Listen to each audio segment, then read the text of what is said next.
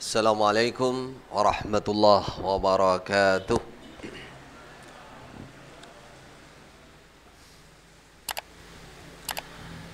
Bismillah, walhamdulillah,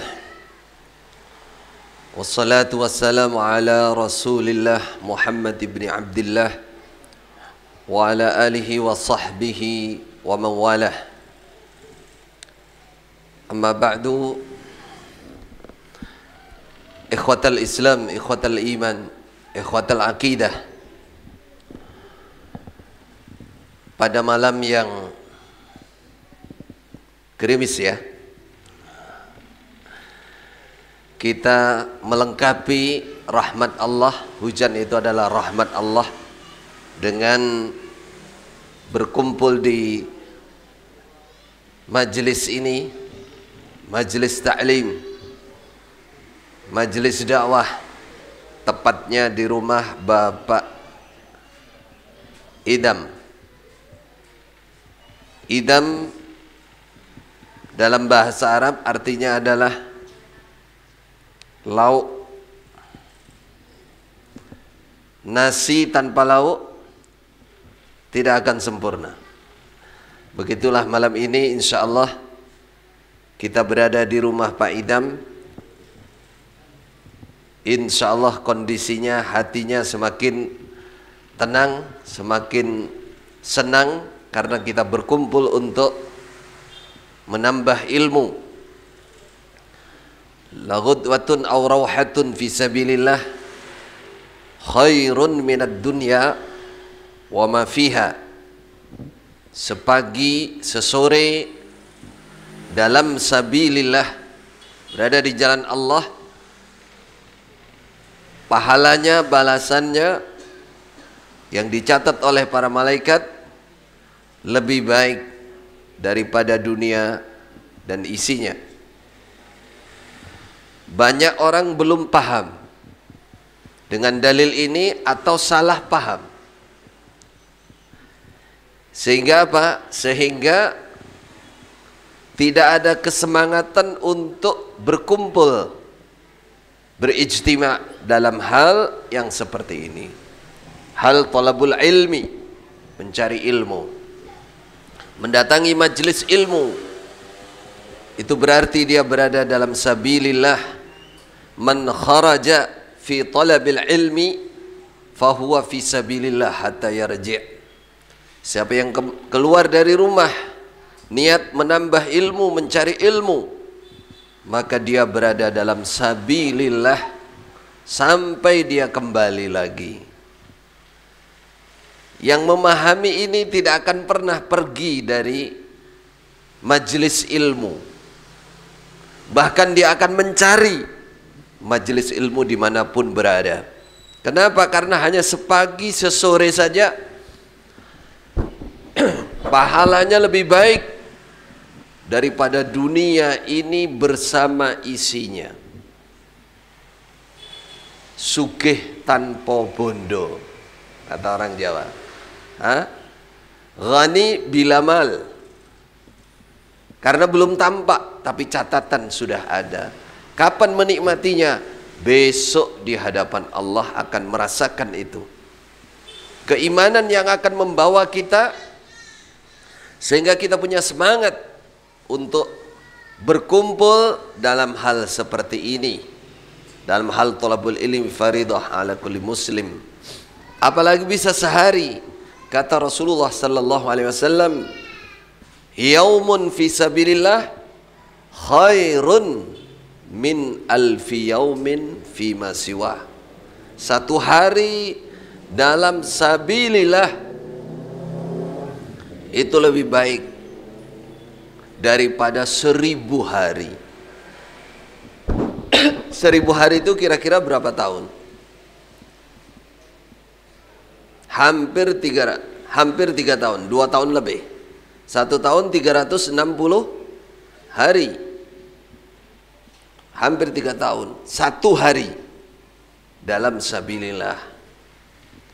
Kalau kita meneliti ayat Al-Quran maupun matan naskah hadis, selain jihad fi sabilillah, berperang membela agama Allah, yang juga dipastikan berada dalam sabilillah orang yang berangkat keluar dari rumah mencari ilmu. Inilah yang banyak di antara kita muslim belum memahami, saya katakan tadi, sehingga tidak ada semangat atau salah memahami. Salah memahami apa artinya? Hanya di atas namakan sabilillah, di atas namakan thalabul ilmi, hadir datang semangat, namun isinya belum 100% thalabul ilmi. Bahkan kadang-kadang terjadi di tempat berkumpulnya atas nama thalabul ilmi, tapi kenyataannya bukan thalabul ilmi yang dimaksud oleh Rasulullah sallallahu alaihi wasallam. Karena yang dibahas bukan ilmu yang dibawa, yang disampaikan oleh Rasulullah sallallahu alaihi wasallam. Bagaimana Rasulullah membatasi apa ilmu itu? Kata beliau, al-ilmu thalathah wa ma siwa dzalika fahuwa fadlun. Ilmu yang dimaksud dalam agama ada 3. Wa ma siwa dzalik fahuwa fadlun. Selain dari 3 itu berarti itu lebihan. Lebihan artinya ketika dicari akan menambah sesuatu yang lebih sesuai dengan ilmu yang dipelajari itu. Masalah apa? Apa 3 itu? Ayatun muhkamah. Ayat-ayat yang muhkam, yaitu Al-Quran. Was sunnatul qa'imah, was sunnatun qa'imah, dan sunnah yang tegak, al-hadis. Wa faridatun adilah, dan ilmu faraid yang adil. Faraid ada di dalam Al-Quran, ada di dalam hadis, ada di dalam ijma' atau kitab-kitab khusus para ulama. Itulah batasan ilmu yang disebutkan oleh Rasulullah sallallahu alaihi wasallam. Ada di antara kita berkumpul, bahkan kalau boleh curhat, ini di depan mata saya karena banyak orang-orang yang hijrah dari golongan saya dulu, namanya golongan Islam Jamaah. Kelihatannya majelisnya yang dikaji adalah Al-Quran dan Sunnah, kitab dan Sunnah. Karena caranya salah, maka terhitung bukan Quran dan Sunnah yang dimaksud oleh Rasulullah sallallahu alaihi wasallam, terutama dalam masalah akidah. Kalau dalam masalah ibadah dan muamalah, dengan keterbatasan yang ilmu yang mereka sampaikan dan penguasaan yang mereka sampaikan, sehingga terbatas pula model atau cara ibadahnya, kemudian apalagi cara bermuamalahnya, karena keterbatasan. Kalau masalah akidah, hancur lebur, saudara. Kalau ingin tahu yang namanya Islam Jamaah bicara akidah, itu hancur lebur. Hancur lebur apa? Mereka tidak diajarkan itu, sehingga punya akidah tersendiri, punya pendalaman-pendalaman tersendiri dalam masalah akidah. Bahkan akidah yang paling besar, mereka memiliki akidahnya orang-orang Khawarij, yaitu mengkafirkan semua golongan umat Islam di luar kelompok mereka. Jika tidak bergabung, jika tidak ikut dengan mereka, berarti Islamnya tidak sah. Berarti walaupun Islam, walaupun sholat, puasa, zakat, haji, apapun kebaikan yang dilakukan, tidak akan diterima oleh Allah. Itu keyakinan mereka. Sedikit saja ini sebagai pembuktian bahwa ada orang itu belum paham betul apa itu thalabul ilmi, sehingga dalam acara seperti ini tidak punya kesemangatan, berat rasanya kaki untuk melangkah. Ada juga yang perlu kita sentil juga. Ada sekarang bilangnya Sekarang mudah cari ilmu, tinggal buka HP saja, YouTube. Nah, maka kita jawab beda. Datang ke majelis ilmu dengan lihat YouTube itu beda. Di mana letak perbedaannya? Mungkin dengan penguasaan terhadap ilmu sama, tapi berkah rahmat Allah dengan kita ijtima' kumpul beda. Dan itu pun akan membawa hidayah yang juga akan berbeda dari Allah ketika Allah menghendaki. Salah satu ikhtiar kita adalah hadir di majelis ilmu agar kita selalu mendapatkan hidayah dari Allah. Terutama hidayah namanya hidayatut taufik. Hidayah yang oleh Allah diletakkan di dalam hati kita untuk bisa menerima terhadap kebenaran Islam yang mengikuti Islamnya Rasulullah sallallahu alaihi wasallam, mengikuti Islamnya para ulama as-salaf, para ulama di 3 qurun mufaddalah. Sekarang sebagai contoh saja, ketika Allah belum membuka, ya, siapapun dia, dari manapun dia, latar belakangnya, backgroundnya dia seorang santri sekalipun, mohon maaf, untuk memilih, mengutamakan, menomorsatukan sunnah Rasulullah sallallahu alaihi wasallam itu saja kadang-kadang berat. Kadang-kadang berat. Kenapa? Karena Allah belum memberikan inayah, belum membuka hati dengan namanya hidayah. Hidayah itu isinya macam-macam, tapi hidayah yang paling tinggi adalah menerima dengan utuh terhadap Al-Quran dan Sunnah. Itu hidayah yang paling tinggi. Dan tidak semua orang oleh Allah dibuka hatinya bisa seperti itu. Bahkan kadang-kadang hadisnya sudah hafal, maknanya sudah paham, sudah mengerti, tapi karena lingkungannya banyak yang belum mengamalkan sunnah, apakah dia malu, apakah dia takut, apakah dia merasa risih? Apa risih itu? Nggak enak, sehingga mau mengamalkan sunnah menjadi berat. Itu namanya hidayah. Ketika Allah meletakkan hidayah yang terang dalam hati kita, tidak ada yang ditakuti. Walam yakhsha illallah. Tidak ada yang ditakuti kecuali Allah subhanahu wa ta'ala. Kenapa? Karena hakikinya Al-Quran dan Sunnah itulah yang menjadi tujuan utama umat Islam. Jadi hati yang paling mendasar setiap muslim, laki-laki maupun perempuan, pastilah menerima Alkitab dan Sunnah. Pasti. Karena mereka sadar Tuhan mereka yang mereka sembah adalah Allah, Nabi mereka yang mereka cintai adalah Rasulullah sallallahu alaihi wasallam. Fa insyaallah prinsip dasarnya tidak akan pernah ada yang menolak apa itu yang dari Al-Quran maupun dari Sunnah Rasulullah sallallahu alaihi wasallam. Tinggal Allah yang membagi rahmatnya. Ada yang menerima sedikit, ada yang menerima sedang, ada yang menerima banyak.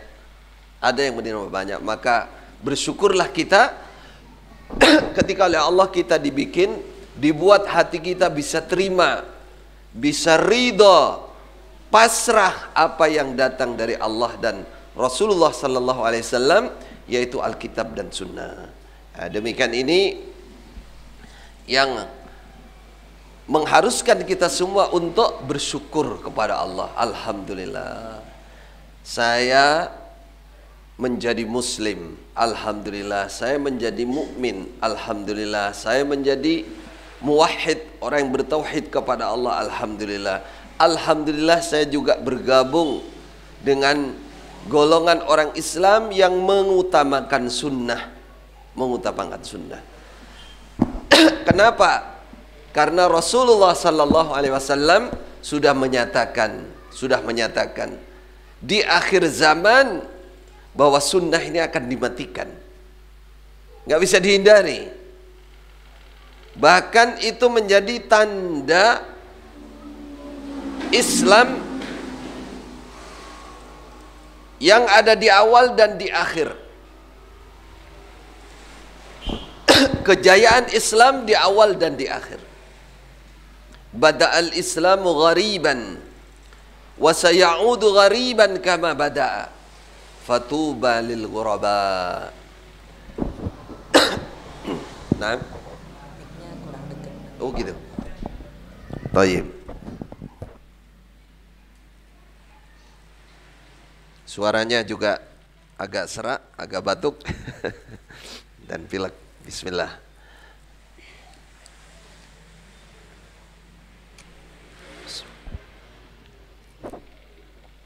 Rasulullah sallallahu alaihi wasallam menyatakan, al-Islam bada'al Islam ghariban. Islam akan bermula dan dianggap sesuatu yang asing. Ghariban, tidak umum. Nyatu ndak umum, kata orang Tulungagung. Ada peh-pehnya, peh-peh nyatu ndak umum. Awal, wasayaudu ghariban kama bada'a. Sayaud di sudah ada sintamfis, akan kembali lagi Islam di akhir zaman. Ghariban, asing. Terus Islam yang mana ini? Padahal Islam sudah muntasyir, sudah intisyar, sudah tersebar di mana-mana. Mana yang dimaksud Islam dalam hadis ini, lalu diriwayatkan ini oleh Rasulullah sallallahu alaihi wasallam. Tertera dalam lanjutan hadisnya, fatuba lil ghuraba. Sungguh untung bagi orang-orang yang dianggap asing. Siapa mereka wahai Rasulullah? Rasulullah menjawab, alladzina yumassikuna bisunnati hina tutfa. Orang-orang yang betul-betul gondelan, berpegangan, sungguh mengutamakan dengan sunnah saya, kata Rasulullah. Kapan? Hina tutfa, ketika sunnah itu dimatikan. Mati di mana-mana sunnah Nabi. Muslimnya banyak, tapi sunnah Rasulullah sallallahu alaihi wasallam mati atau redup. Tidak banyak orang tahu, tidak banyak orang mengamalkan. Tidak banyak orang mengamalkan. Itulah Islam yang dimaksud oleh Rasulullah sallallahu alaihi wasallam yang akan hadir di akhir zaman dan menjadi sesuatu yang asing. Bisa kita rasakan di negara kita, Indonesia ini mayoritas muslim. Tapi yang betul mengutamakan sunnah Rasulullah hakiki nyata, bukan hanya sekedar pengakuan, fa insyaallah jumlahnya masih sedikit sekali. Sedikit sekali. Kalau orang mengaku menetapi sunnah, tidak ada orang Islam, satu orang Islam pun yang mengatakan saya tidak menetapi sunnah. Pasti semuanya menetapi sunnah. Namun kita berhati-hati. Seperti ini adalah bagian dari tahdits bin ni'mah namanya.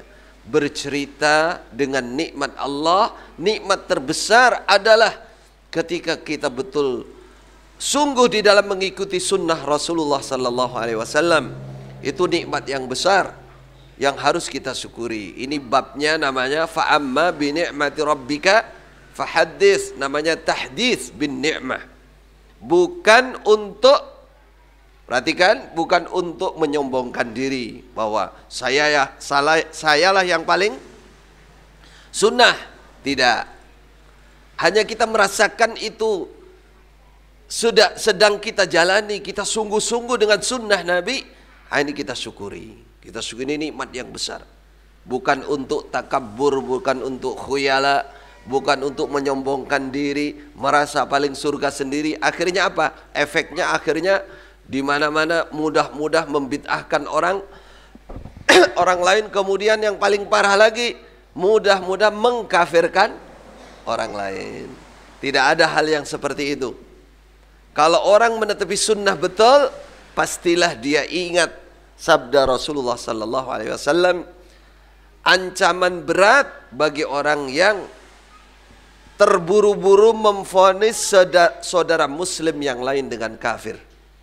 Ini juga berat. Jadi dari satu sisi betul-betul kita sungguh dengan sunnahnya Rasulullah sallallahu alaihi wasallam untuk diri kita, keluarga kita, dan mendakwahkannya.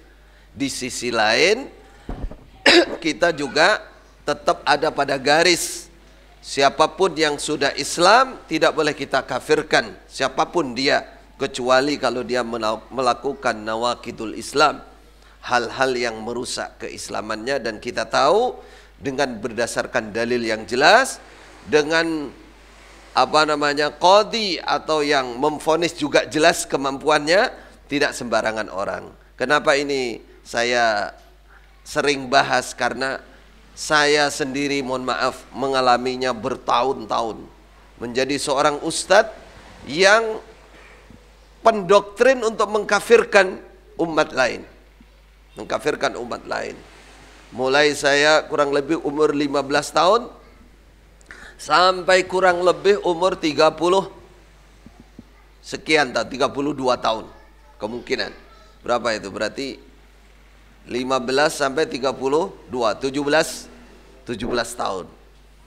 Saya merasa terdidik, merasa lulus dalam keilmuan mereka, dan saya menjadi ulamanya mereka. Alhamdulillah, ini bagian dari bercerita nikmat Allah membuka jalan untuk pribadi saya, untuk berguru di Makkah, sekolah di sana, mulazamah kepada para masyayikh di sana, sehingga Allah membukakan hati. Maka inilah sebagai bukti saya menyesali perbuatan saya yang lalu bertahun-tahun.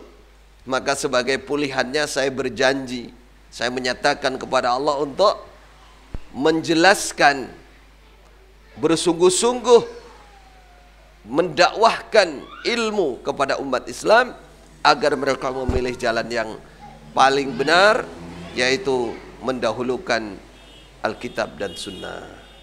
Fa insyaallah demikian muqaddimah sedikit. Adapun acara kita khusus malam ini adalah kajian Arba'un Nawawiyah yang sudah sampai di hadis yang ke-16 katanya.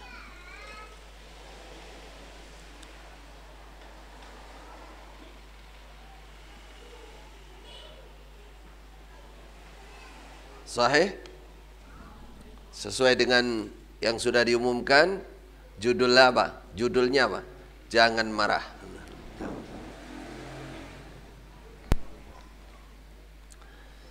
Bismillahirrahmanirrahim. Bagi yang bawa kitab silahkan, atau menyemak filenya juga silahkan. Hadis ke-16 dari kitab Arba'un Nawawiyah yang disusun oleh Imam An-Nawawi.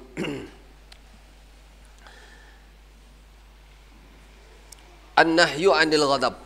Judulnya adalah larangan marah.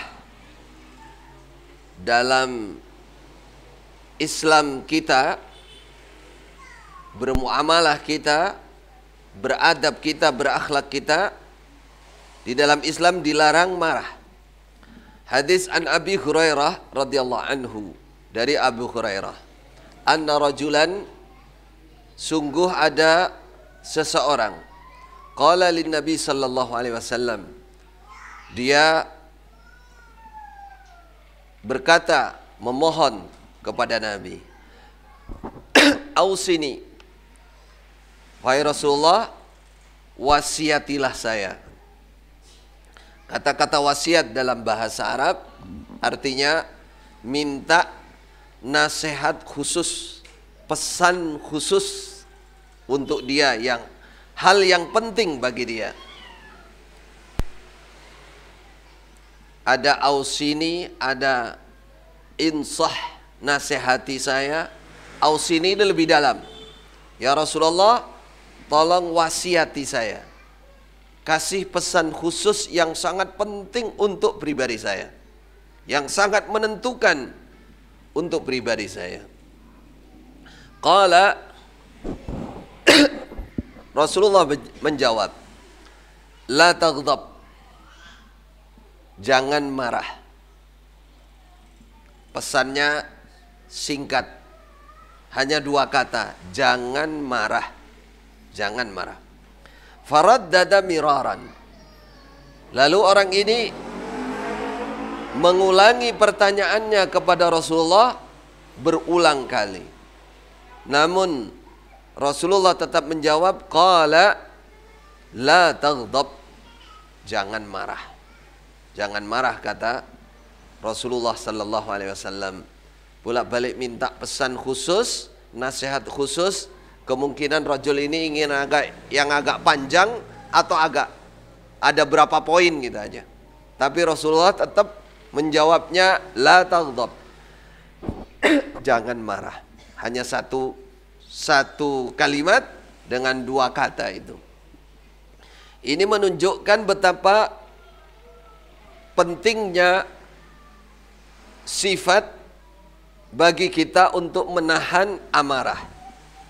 Jadi kata-kata jangan marah itu artinya jadilah orang yang sabar, jangan gampang marah. Satu. Atau yang kedua yang dimaksud, kalau kamu sudah marah, jangan diterus-teruskan. Ditahan kemarahan kamu itu, ya. Ditahan kemarahanmu, jangan berlanjut. Hal-hal yang kamu putuskan dalam kondisi marah itu berbahaya. Itu umumnya seringnya salah menurut syariat. Karena apa? Karena orang marah itu dikuasai oleh setan. Marah itu adalah godaan setan. Makanya kata Rasulullah, buktinya bahwa itu adalah bikinan setan. Setan yang memancing amarah kita menjadi naik itu setan. Dilihat dari, tuh lihat matanya merah. Itu salah satu buktinya bahwa itu dari setan. Setan sedang menguasai diri dia. Makanya seorang juru hukum, ya, qadhi hakim dalam Islam tidak boleh memutuskan hukum dalam kondisi marah. Nah, berarti penting sekali. Karena kalau orang gampang marah, mudah marah, maka keputusan-keputusannya itu akan menyusahkan dirinya, bahkan keluarganya, bahkan orang lain, bahkan umat. Kalau dia sebagai penguasa, kalau dia sebagai juru hukum, mudah marah, keputusannya salah, maka akan mencelakai semuanya. Mencelakai semuanya. Maka orang Islam, orang iman, ini ada pesan khusus dari Rasulullah sallallahu alaihi wasallam, jaga diri, jangan mudah marah. Hal ini menjadi salah satu budi pekerti yang oleh para ulama diutamakan. Mereka melatih diri jangan sampai marah. Jangan mudah emosi, jangan mudah marah. Sampai Rasulullah sallallahu alaihi wasallam memberikan solusi. Kalau kamu sedang berjalan, kalau kamu sedang berdiri, kalau marah, duduk. Kalau duduk masih marah, tiduran. Kok masih marah? Ada jalan lain. Ada seseorang marah-marah oleh Rasulullah, dikatakan sebenarnya kalau orang itu mau membaca a'udzubillahi minasyaitonirrajim, maka dia akan hilang marahnya. Suruh baca ta'awudz oleh Rasulullah. Suruh baca ta'awudz oleh Rasulullah. Maka menjadi cerita sepanjang sejarah bagi orang-orang yang dikenal sabar, tidak marah dalam Islam itu terkenal orangnya. Coba sekarang kalau kita punya teman, lingkungan kita orangnya sabar, kira-kira kita seneng nggak lihat orang seperti itu? Seneng, saudara. Seneng, orang ini baik, nggak suka marah. Yang satunya sebentar-sebentar marah, dilu-dilu muring-muring. Nggak tahu salahnya apa, marah lagi. Bahkan suami, ibu-ibu, coba kalau sering marah, kira-kira ibu-ibu senang apa tidak? Tidak senang. Begitu juga suami, kalau lihat istri sebentar marah, sore marah, malam marah. Kalau ada uang tidak marah. Kalau nggak ada uang mulai ngamuk misalkan. Jadi marah ini merupakan akhlak atau kebiasaan tabiat yang buruk. Maka kita berusaha supaya hilang rasa marah. Dulu ada namanya Ali bin, ini contoh cerita sedikit. Ali bin Hussein bin Ali berarti cucu Khalifah Ali, berarti cicit Rasulullah. Suatu ketika diceritakan dia punya budak perempuan sedang membawa teko yang isinya minuman panas, minum panas. Ketika dia melayani juragannya yaitu Ali bin Husain bin Ali ini, qadarnya Allah, tekonya dijatuh mengenai wajahnya, mengenai kepala dan wajahnya Ali bin Husain, sehingga terluka beliau. Namun si jariyah ini termasuk orang yang banyak mengerti ayat Allah. Dia mengatakan, wahai juragan, ingatlah firman Allah, wal kadhiminal ghaidha. Wal kadhiminal ghaidha. Orang iman itu orang-orang yang bisa menahan marah. Seorang alim, seorang ahli sedekah, seorang yang sangat dermawan itulah Ali bin Husain bin Ali. Beliau mengatakan kadhimtu ghadabi. Ya, saya tahan marah saya, katanya. Lalu si budak perempuan ini melanjutkan, wal afina 'anin nas, juragan, katanya. Tidak hanya menahan marah juragan, ada lanjutan ayatnya, wal afina 'anin nas, dan memaafkan orang lain. Kata Ali bin Husain, afautuki. Iya, saya maafkan kamu. Saya maafkan kamu. Ada lagi juragan, ayatnya, innallaha yuhibbul muhsinin.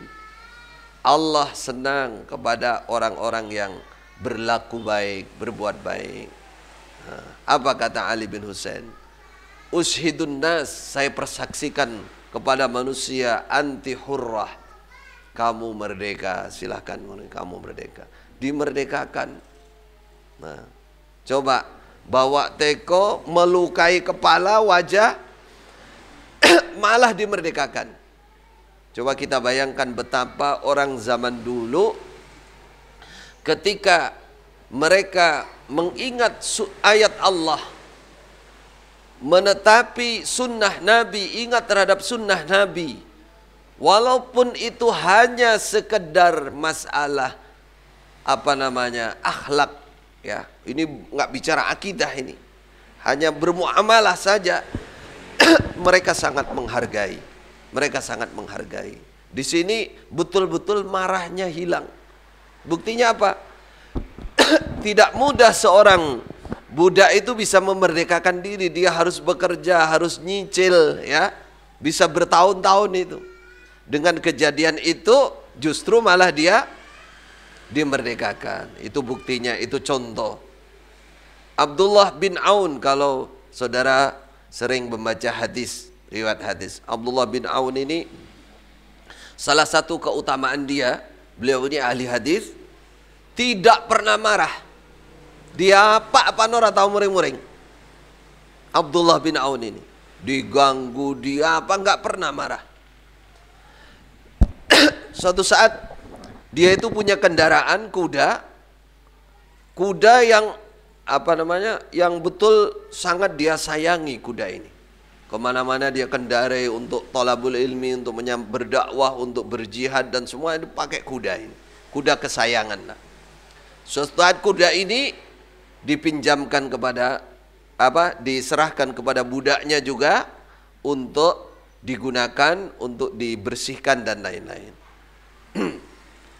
Datang-datang ternyata kuda ini sudah dipukul, kuda atau unta sebagai riwayatnya, oleh budak ini kepalanya, karena dianggap tidak jalannya tidak kenceng atau mogok atau dipukul kepalanya. Kuda atau unta ini datang menangis seakan laporan kepada Abdullah bin Aun ini, seorang ahli hadis, seorang ulama. Kata orang-orang, Ibnu Aun selama ini tidak pernah marah, tapi kalau urusan kuda satu ini dia menyayangi, sekaranglah pasti dia marah. Ternyata apa? setelah budak ini turun, apa yang dikatakan oleh Abdullah bin Aun? Barakallahu fiik, intalik fa anta hurrun. Pergilah, kamu merdeka. Kamu merdeka. Bagaimana mengobati hati yang harusnya marah itu justru menimbulkan umpatan, pisuan kata-kata yang buruk, kemudian mungkin diikuti dengan kekerasan fisik, mungkin ya, dan lain-lain. Yang ini rasa marah ditahan, yang dikeluarkan malah doa baik. Barakallahu fik, intalik, berangkatlah fa anta hurrun. Silahkan kamu bebas, kamu merdeka sekarang. Ini bukan pembantu sekarang. Kalau pembantu sekarang, pergi kamu, silahkan. Itu berarti kan diusir. Kalau ini justru dikasih nikmat besar, karena asalnya orang menjadi budak, tidak merdeka, tidak bebas, dia dibebaskan. Dengan apalagi kalau budaknya masih kuat, masih muda, harganya mahal sekali. Kalau sekarang katanya di Mauritania sana masih ada perbudakan. Insya Allah kalau tidak salah harganya 60.000 real. 60.000 real. Itu budak paling murah itu. Budak paling murah di sana. Intinya Bapak Ibu sekalian, bahwa tidak marah itu merupakan adab atau akhlak yang sangat diutamakan di dalam Islam kita. Makanya boleh marah tapi dalam rangka membela agama Allah. Ketika kehormatan Allah dilanggar, keharaman Allah dilanggar, sebagaimana Rasulullah sallallahu alaihi wasallam minimal seperti tadi, menahan, tidak mudah marah. Kemudian kalau marah, hal-hal yang buruk yang menjadi keputusan jangan dilanjutkan, jangan diteruskan kalau itu diucapkan dalam ketika kondisi kita sedang marah. Baik, hadis berikutnya Ar-rifqu wal ihsan, tentang belas kasih dan berbuat baik kepada orang lain, An Abi Ya'la Shaddad ibn Aus, anna Nabiya sallallahu alaihi wasallam qala, sungguh Nabi telah bersabda, innallaha katabal ihsan, sungguh Allah itu telah mewajibkan, al-ihsan, berbuat baik, ala kulli syai', kepada segala sesuatu. Mohon ini menjadi perhatian khusus bagi kita, ya, karena hadis ini sangat mulia dan inilah yang akan membawa kesuksesan kita di dunia dan di akhirat. Kalau kita memiliki sifat ini, Allah mewajibkan semua hambanya berbuat baik kepada apa saja, bukan kepada siapapun. Kalau kepada siapapun masih terbatas manusia. Di sini ala kulli syai', terhadap segala sesuatu. Wajib hukumnya berbuat baik itu. Contohnya kata Rasulullah, fa idza qataltum fa ahsinul qitla.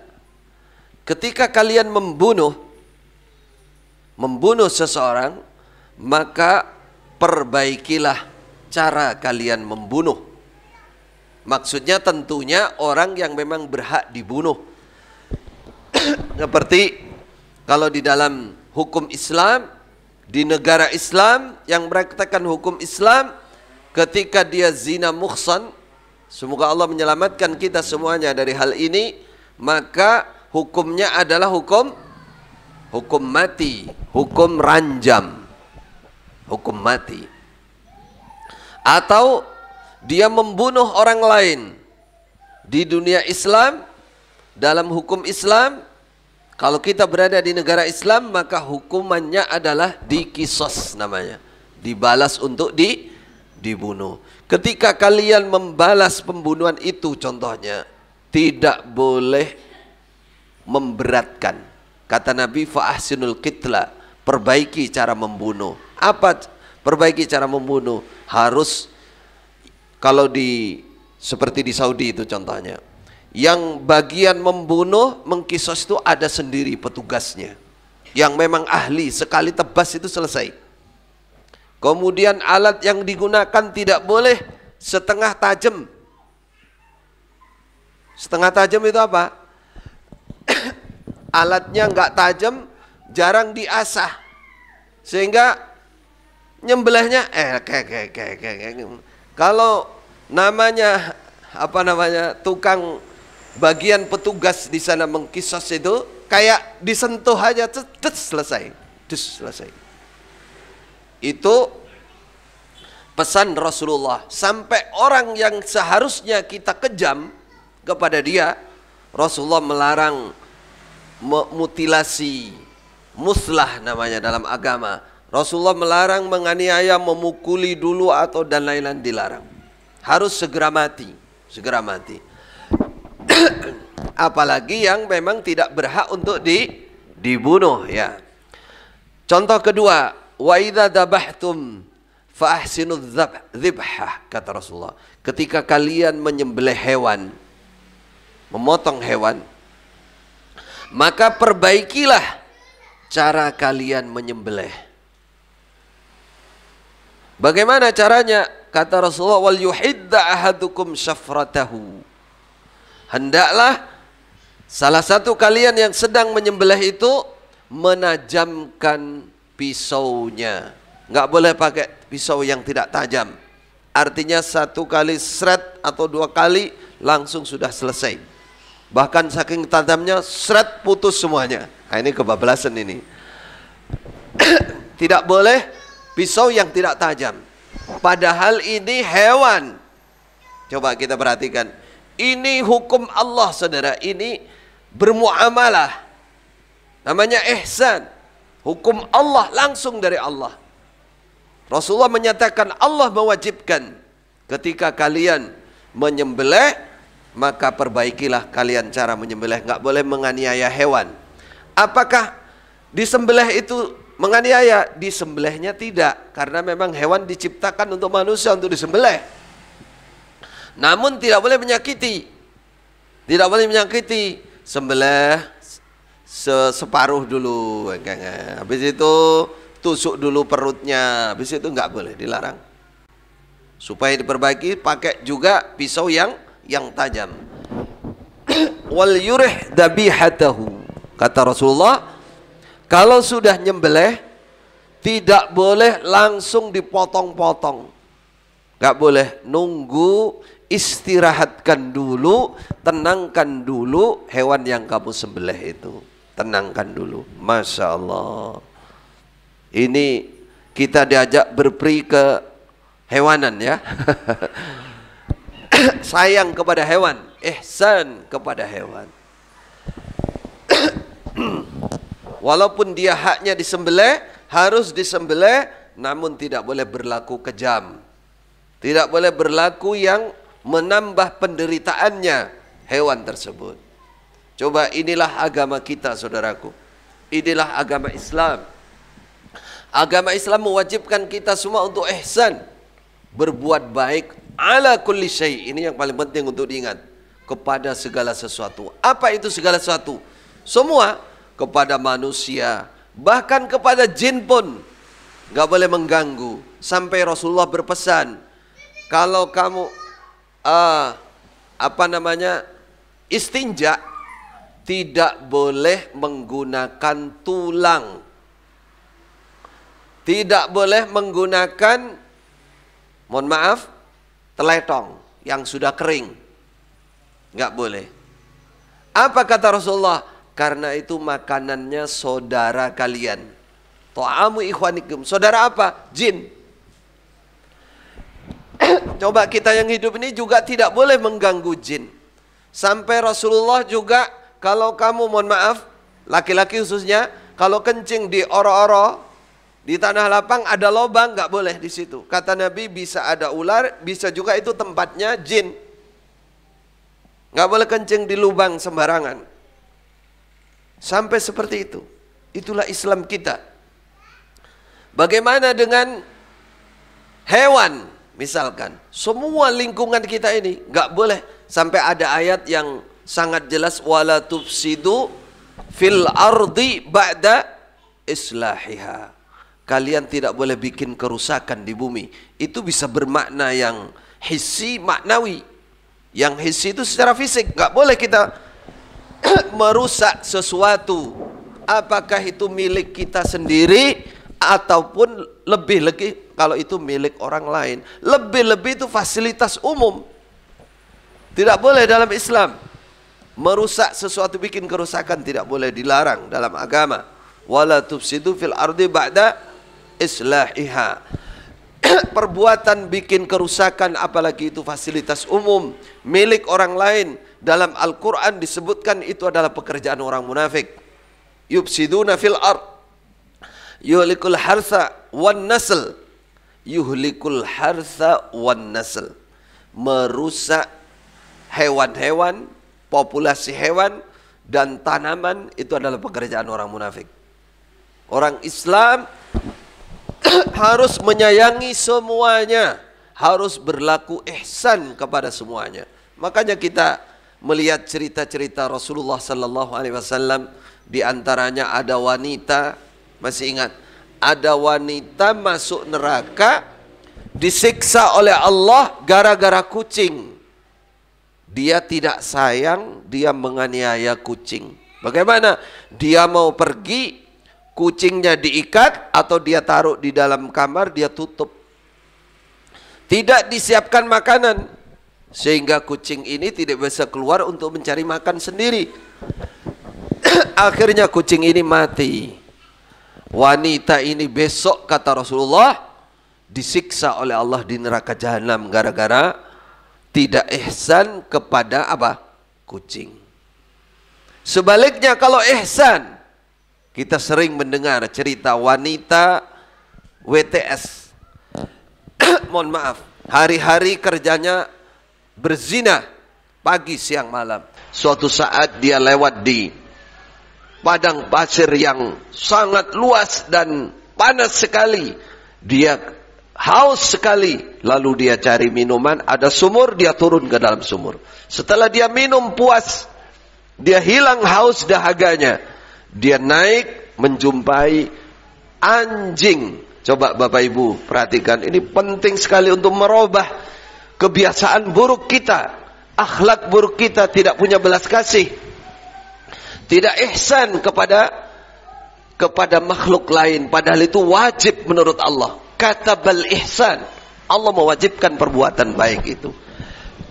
Si wanita ini naik, timbullah rasa seperti dinyatakan dalam hadis ini, rasa belas kasihnya dan ingin ihsan, walaupun hanya kepada seekor anjing, kepada seekor anjing. Dia turun lagi dan dia buka sepatunya, dia ambil air, naik lagi, lalu dia minumkan kepada anjing ini. Yang asalnya tadi anjing ini melet, lidahnya sampai di tanah, sekarang sudah masuk lagi lidahnya dan sudah segar kembali. Apa kata Rasulullah? Fasakarahallah, maka Allah mensyukuri wanita ini. Faghafara laha, lalu Allah memaafkan, mengampuni dosa-dosa dia yang hari-hari melakukan perzinaan itu. Wa adkhalahal jannah, dan Allah memasukkan wanita ini ke dalam surga. Betapa dahsyatnya belas kasih kepada siapapun dan ihsan, berlaku baik kepada siapapun. Kalau mau melihat apa hikmah dari perbuatan baik ini, apa hikmah dari perbuatan baik ini, ya bisa kita lihat alam sekitar kita, ya.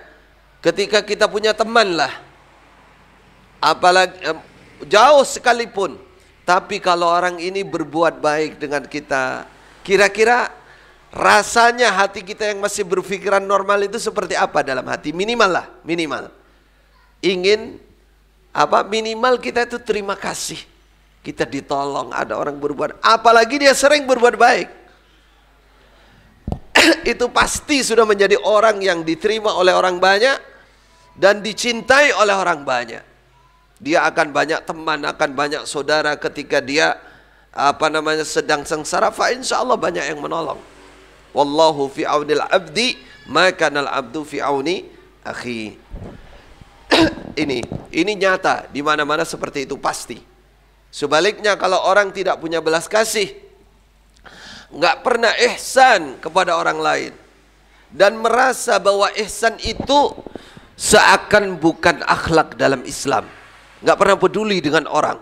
Lah ini dia, yang timbul adalah kemarahan kayak tadi. Yang timbul adalah tidak pernah senyum dengan orang lain, nggak pernah nyapa. Saudaranya sakit, nggak pernah ingin menjenguk karena nggak ada ihsan di dalam dirinya. Orang-orang seperti ini akan terkucilkan. Bahkan kalau parah, ibaratnya akan menjadi sampah masyarakat. Dunianya saja oleh Allah sudah ditunjukkan betapa tidak berharganya orang yang tidak memiliki sifat ihsan. Maka milikilah saudaraku, berbuatlah. Kadang kita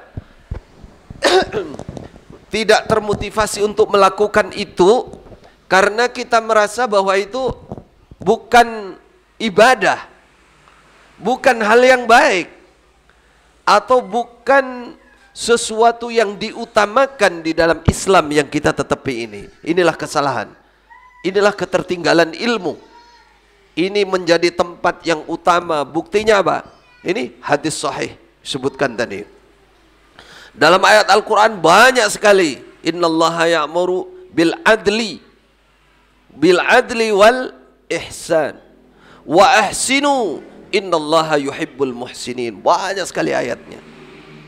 Maka dalam masalah akhlak, tabiat, adab, marilah kita perbaiki diri kita masing-masing untuk ihsan kepada siapapun, kepada apapun. Tadi saya sebutkan di antara manusia, kepada hewan pun saudaraku, Rasulullah sallallahu alaihi wasallam memberikan contoh yang sangat jelas dalam sirah perjalanan hidup beliau, syama'il beliau, ya, betapa sayangnya beliau kepada hewan-hewan. Sampai sahabat mengganggu mengambil anaknya burung dalam perjalanan. Ada burung, ada apa namanya, anaknya di sarangnya diambil oleh para sahabat.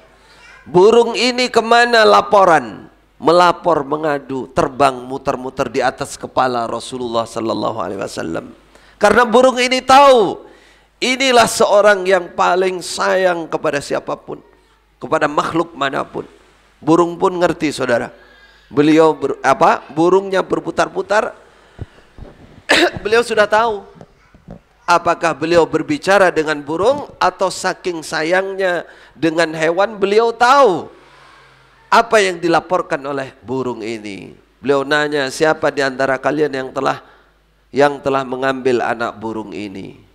Dia mengadu bahwa anaknya kalian ambil. Hanya para sahabat yang datang bawa ini, nana, kembalikan ke sarangnya. Subhanallah.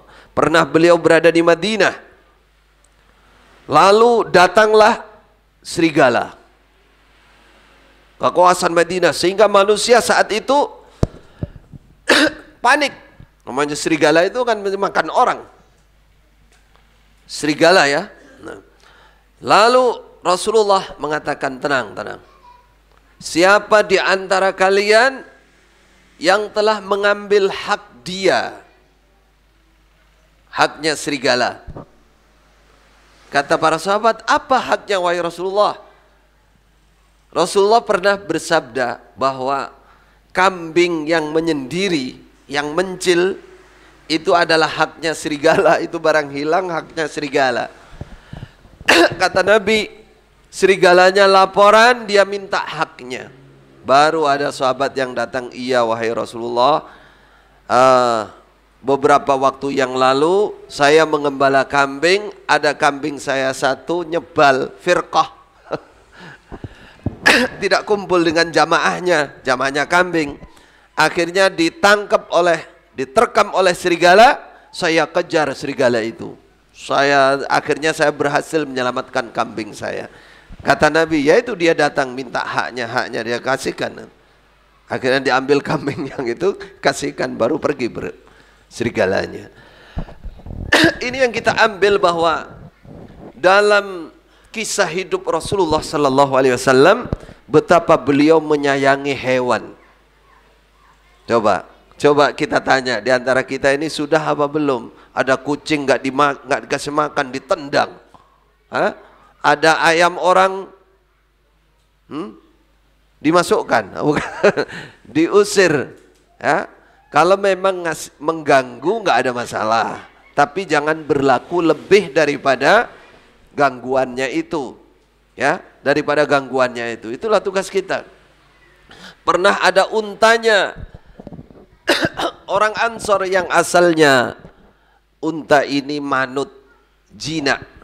Suatu saat unta ini berat, ngamuk, tidak ada satupun yang bisa membendung unta-unta ini. Sebagian riwayat unta ini supaya tidak mengganggu masyarakat oleh yang punya dimasukkan ke kebun lalu ditutup.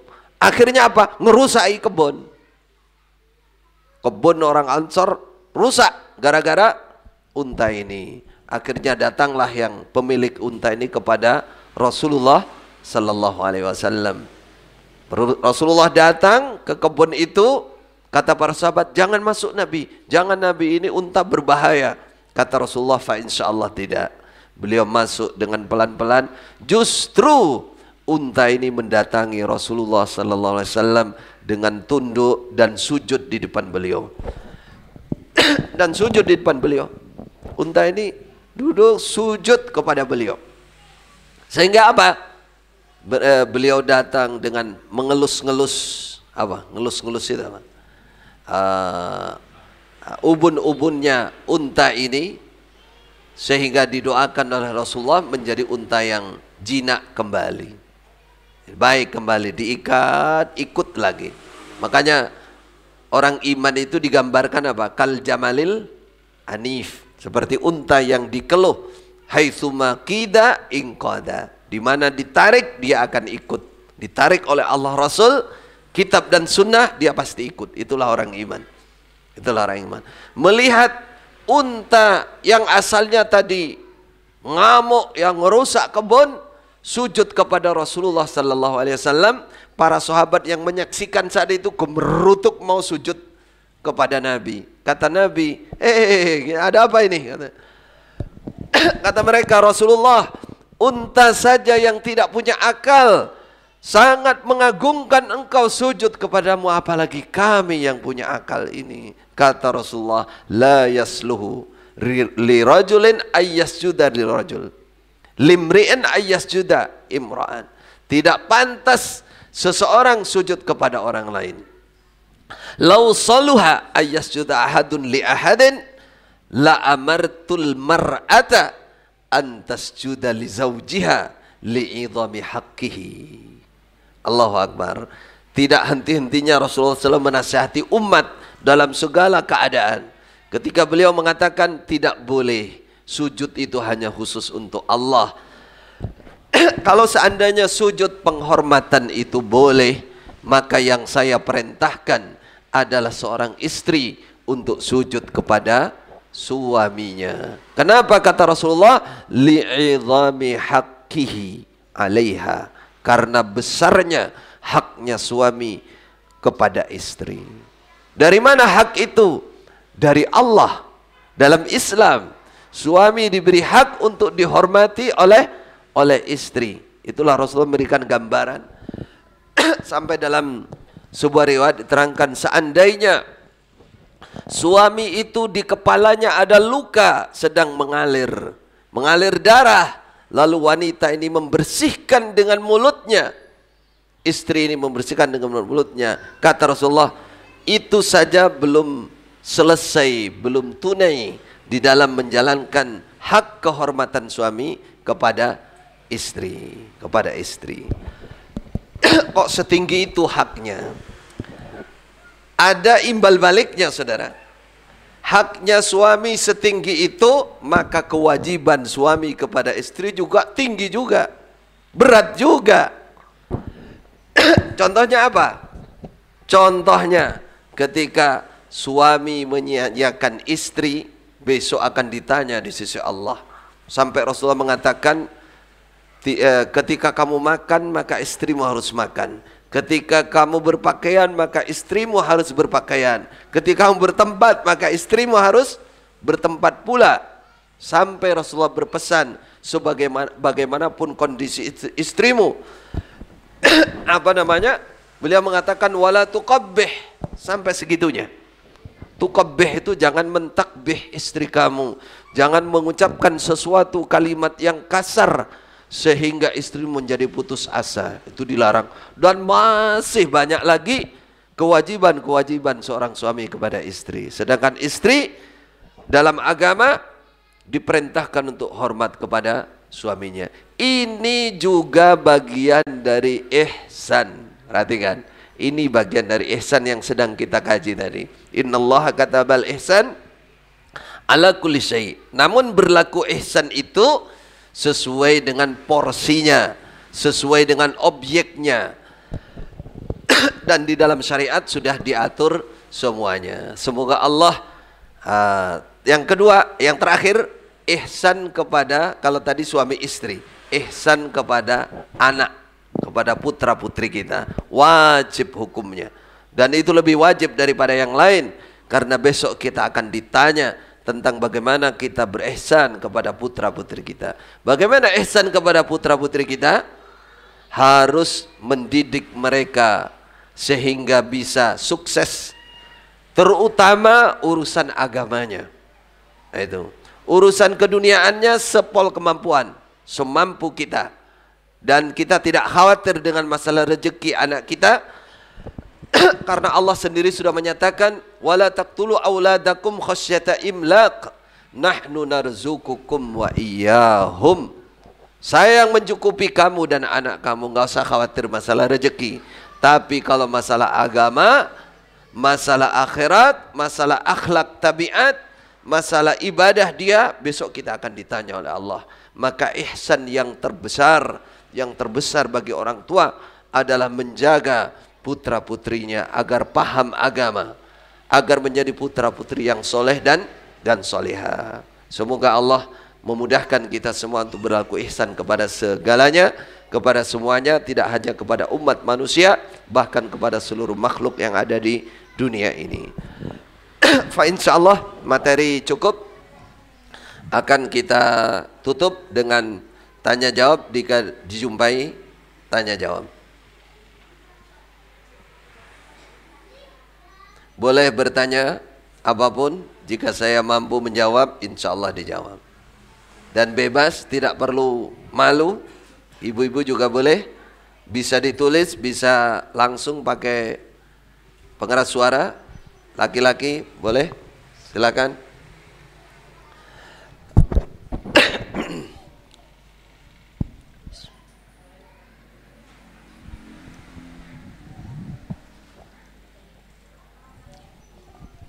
Ibu-ibu jika tidak langsung silakan menulis, diperbolehkan, silakan jika ingin bertanya. Tafadhal, monggo. Assalamualaikum warahmatullahi wabarakatuh. Waalaikumsalam warahmatullahi wabarakatuh. Nama saya Toha Kasnan. Tinggal menetapnya baru aja di Jawa, tadinya dari Bero, Kalimantan Timur. Alhamdulillah. Yang saya tanyakan asli dari berapa, Pak? Aslinya Karangring, Jombang. Oh, tayyib. Silakan Pak. Saya masih ada hubungan keluarga dengan Haji Ridwan, mertuanya Pak Haji Nur Hasan. Oh, Ibu Alifah. Masya Allah. Berarti orang dekat nih rupanya nih. Yang saya tanyakan, apa benar bahwa Fatimah Az-Zahra, putri bungsu Nabi Muhammad, istrinya Ali bin Abi Thalib, itu tidak berbaiat kepada Abu Bakar As-Siddiq? Itu saja. Terima kasih. Alhamdulillah. Baik. Sebenarnya begini, yang perlu dipahami itu begini. Di Islam jamaah, mohon maaf, itu ada salah satu namanya program baiat.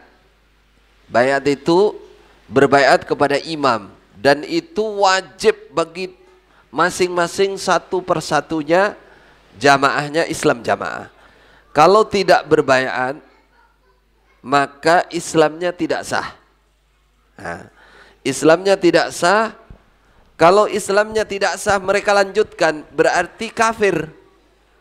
Kalau kafir berarti masuk neraka kekal. Nah, ini yang perlu kita luruskan dulu, luruskan permasalahan ini. Jadi sebenarnya sejak zaman Rasulullah Sallallahu Alaihi Wasallam sampai sekarang tidak ada dalil atau ulama yang benar, tapi ya, yang ma'ruf, yang muktamad, yang menyatakan seperti itu nggak ada. Nggak ada. Apalagi disebut syarat sahnya Islam terus bisa masuk surga dengan cara itu, tidak ada, Pak. Umpama ada, itu dalil yang salah arti, salah dalam mengartikan. Yakinilah itu. Terus yang kedua, fakta sejarah. Tidak ada seperti itu, nggak ada, Pak. Nggak ada zaman Nabi terus orang harus satu-satu datang kepada Nabi baiat, nggak ada, Pak. Yang ada itu adalah tempat-tempat tertentu, keperluan tertentu, orang-orang tertentu. Contoh di Hudaybiyah ada baiat Ridwan namanya. Tujuannya apa? Dijanji perang melawan orang Quraisy sampai mati. Karena apa? Karena orang Quraisy saat itu diberitakan sudah membunuh Khalifah Utsman sebagai utusan Rasulullah Sallallahu Alaihi Wasallam saat itu. Ini yang perlu kita luruskan dulu sebelum saya menjawab pertanyaan, karena pertanyaan ini selalu dipakai hujah ya, atau oleh teman-teman juga untuk melemahkan baiatnya Islam jamaah. Kalau menurut saya tidak perlu pakai ini, karena sejak zaman Nabi tidak ada. Itu kan maknanya begini, kalau bagi yang sudah meyakini adanya Fatimah tidak baiat kepada Abu Bakar, berarti kan tetap masuk surga. Berarti kan nggak harus baiat, kan gitu maksudnya, kan gitu tak? Tapi sebenarnya itu tidak perlu seperti itu, karena memang tidak ada di zaman Khalifah Abu Bakar Aisyah, Ummu Habibah, Zainab, Ummu Salamah terus datang baiat kamu, nggak ada, Pak. Nggak ada begitu. Wanita-wanita nggak ada yang baiat, Pak, nggak ada. Yang ada di dunia Islam sejak zaman Nabi, zaman Khalifah sampai sekarang, baiat itu namanya baiat pengukuhan seorang pemimpin, seorang penguasa, namanya khalifah. Kalau bahasa kita pemerintah Islam. Siapa yang berkewajiban itu? Orang-orang tokoh-tokoh, Pak, di atas saja, bukan masing-masing orang, enggak. Namanya ahlul halli wal aqdi, orang-orang yang punya kewenangan mengukuhkan pemimpin atau melengsarkan pemimpin, menurunkan pemimpin. Hanya itu. Adapun yang lain, yang namanya baiat kepada imam, kepada khalifah, sejak zaman dulu sampai sekarang, Pak. Islam jamaah ini jadi bahan ketawaan orang sak dunia, Pak. Memang kalau ngerti betul mereka diketawakan, nggak ada kayak begitu, itu nggak ada. Maksudnya baiat imam sebuah kelompok lalu dinobatkan seakan sebagai khalifah, itu nggak ada kecuali aliran sesat, Pak, dari zaman dulu. Aliran yang menyimpang dari Islam yang membuat firqah sendiri. Kalau Islam yang beneran tidak ada. Umpama ada pemimpin golongan, itu hanya sekedar pemimpin saja, gitu aja. Aslinya begitu. Kalau ditanya aslinya apakah Fatimah baiat? Jangankan Fatimah, lainnya nggak ada yang baiat. Siapa mana yang menyatakan Aisyah baiat kepada bapaknya, terus yang lain Ummu Salamah datang satu persatu? Nggak ada, nggak ada. Apalagi baiat perwakilan kayak di Islamnya, nggak ada kayak gitu, nggak ada, nggak ada. Buka sejarah di mana-mana. Karena itu bukan syarat. Umpama itu ada, ya, itu tergantung kemauan imamnya. Dia mau membaiat orang, seperti Nabi lihat-lihat orang kumpul, tanya, ayo baiat, ayo janji kepada saya. Kata mereka, janji apa wahai Nabi? Janji supaya tertib sholat misalkan, supaya tidak minta-minta kepada orang lain. Itu ada, tapi enggak semuanya. Ya kadang-kadang Nabi lihat apa suruh baiat, lihat apa suruh baiat. Itu, dan itu bukan kewajiban mutlak harus begitu, enggak. Hanya ingin manfaatnya itu menguatkan sesuatu kegiatan yang baik agar ru'yah itu betul-betul bisa melakukannya, sungguh-sungguh melakukannya. Jelas nggak? Jadi jangan lagi berdebat dengan Islam Jamaah pakai hujah Fatimah tidak bayat, nggak perlu. Kasih tahu aja, nggak ada yang bayat. Seperti bayatmu itu nggak ada. Lah bagaimana ru'yah rakyat bayatnya kepada imam yang secara umum setuju, mengakui, tidak memberontak, iya imam saya ini, pemerintah saya ini, selesai Pak. Lah bagaimana dalil mencabut bayat? Berontak, tidak mengakui, itu namanya mencabut bayat. Itu dalil, itu penjelasan para ulama, itu fakta sejarah sampai sekarang. Sampai sekarang seperti itu. Mudah-mudahan bisa dipahami. Pertanyaan singkat, jawabannya agak panjang karena biar jelas. Apalagi masih family. Bukan hanya terdoktrin tuh, kalau family itu kadang merasa ada ikatan harus membelani familinya. Kalau jenengan family, maka saya juga family. Itu di depan jenengan ini ada dua laki-laki, itu cicitnya Haji Nur Hasan itu. Itu cicitnya Pak, anak saya. Cicitnya Haji Nur Hasan. Kenapa saya menjelaskan yang seperti ini gamblang? Apakah saya benci, dendam dengan Haji Nur Hasan atau dengan mertua saya? Tidak, alhamdulillah. Saya selalu mendoakan pengampunan untuk mereka. Saya selalu mendoakan pengampunan untuk mereka. Kenapa? Karena kesalahannya di dalam menetapi agama. Allahu a'lam, yang pertama letak kesalahannya di mana. Kalau yang kedua saya bisa menjawab mertua saya karena jahlan minhu. Karena beliau ma'dzur, punya uzur, beliau belum menguasai ilmu agama yang sesungguhnya, belum meneliti yang sesungguhnya. Fa insyaallah masih ada uzur di sisi Allah. Jadi jangan dikira saya punya. Sekarang yang dikembangkan kan begitu, pingin jadi imam lah, pingin apalah. Innalillahi wa inna ilaihi raji'un. Tidak sama sekali. Dendam juga tidak, dengki juga tidak. Alhamdulillah, saya bersihkan diri saya dari hal yang seperti itu, hal seperti itu. Tapi kesalahan saya tidak boleh diam, karena saya yang tahu kesalahan itu sangat fatal dan itu berbahaya bagi mereka sendiri dan bagi umat Islam secara umum, bahkan bagi negara kita secara umum juga. Karena itu bisa memecah belah umat, memecah belah persatuan. Takfir ini bahaya sekali Pak, bahaya sekali. Kalau sekarang tidak bereaksi, maka di masa yang akan datang tidak bisa ditutup kemungkinan besar itu. Karena dia akan menghalalkan harta orang lain, menghalalkan darah orang lain, itu berbahaya sekali, berbahaya sekali. Maka terus kita jelaskan di mana letak kekeliruan-kekeliruannya supaya bisa memperbaiki. Nah, adakah yang lain?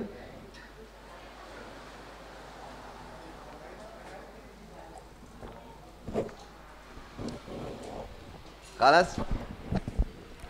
Tayyib, kalau ada satu lagi silakan. Silakan. Ustaz, assalamualaikum warahmatullahi wabarakatuh. Waalaikumsalam warahmatullahi wabarakatuh. Ana Wildan dari Teras ini Ustaz. Dari? Teras ini. Teras ya. Nah. Tayyib. Ana mau tanya Ustaz, yang sebagai yang Ustaz sebutkan tadi, fa'ahsinu maksudnya berbuat baik kepada ala kulli syai, apapun itu. Ustaz kan sebutkan tadi makhluk hidup, tumbuhan dan hewan. Yang ana mau tanyakan, bagaimana cara kita tetap berbuat baik kepada orang yang sudah meninggal Ustaz? Maksudnya selain kita mendoakannya, apakah ada perbuatan yang dimana kita tetap sayang pada mereka dalam maksudnya kita berbuat baik kepada orang meninggal, apakah ada Baik. amalan-amalan gitu Ustaz? Baik, betul. Nah, syukron. Hayakallah. Jadi berbuat baik kepada orang mati pun dalam Islam masih dibuka pintu lebar. Yang paling utama adalah mendoakan. Mensyafaati namanya, mendoakan. Makanya ketika orang hadir di kuburan, Rasulullah mengatakan is'alu, mintalah kalian kepada Allah li akhikum, untuk saudara kalian yang ada di dalam kuburan, as-sabat, ketetapan di dalam menjawab pertanyaan, al-maghfirah, pengampunan. Itu Rasulullah menunjukkan seperti itu. Kalau masuk supaya salam. Jadi yang pertolongan, perbuatan baik yang paling utama adalah mendoakan. Mendoakan rahmat, mendoakan pengampunan, naiknya derajat di surga. Itu. Yang kedua, banyak contoh-contoh dalam hadis seperti sedekah.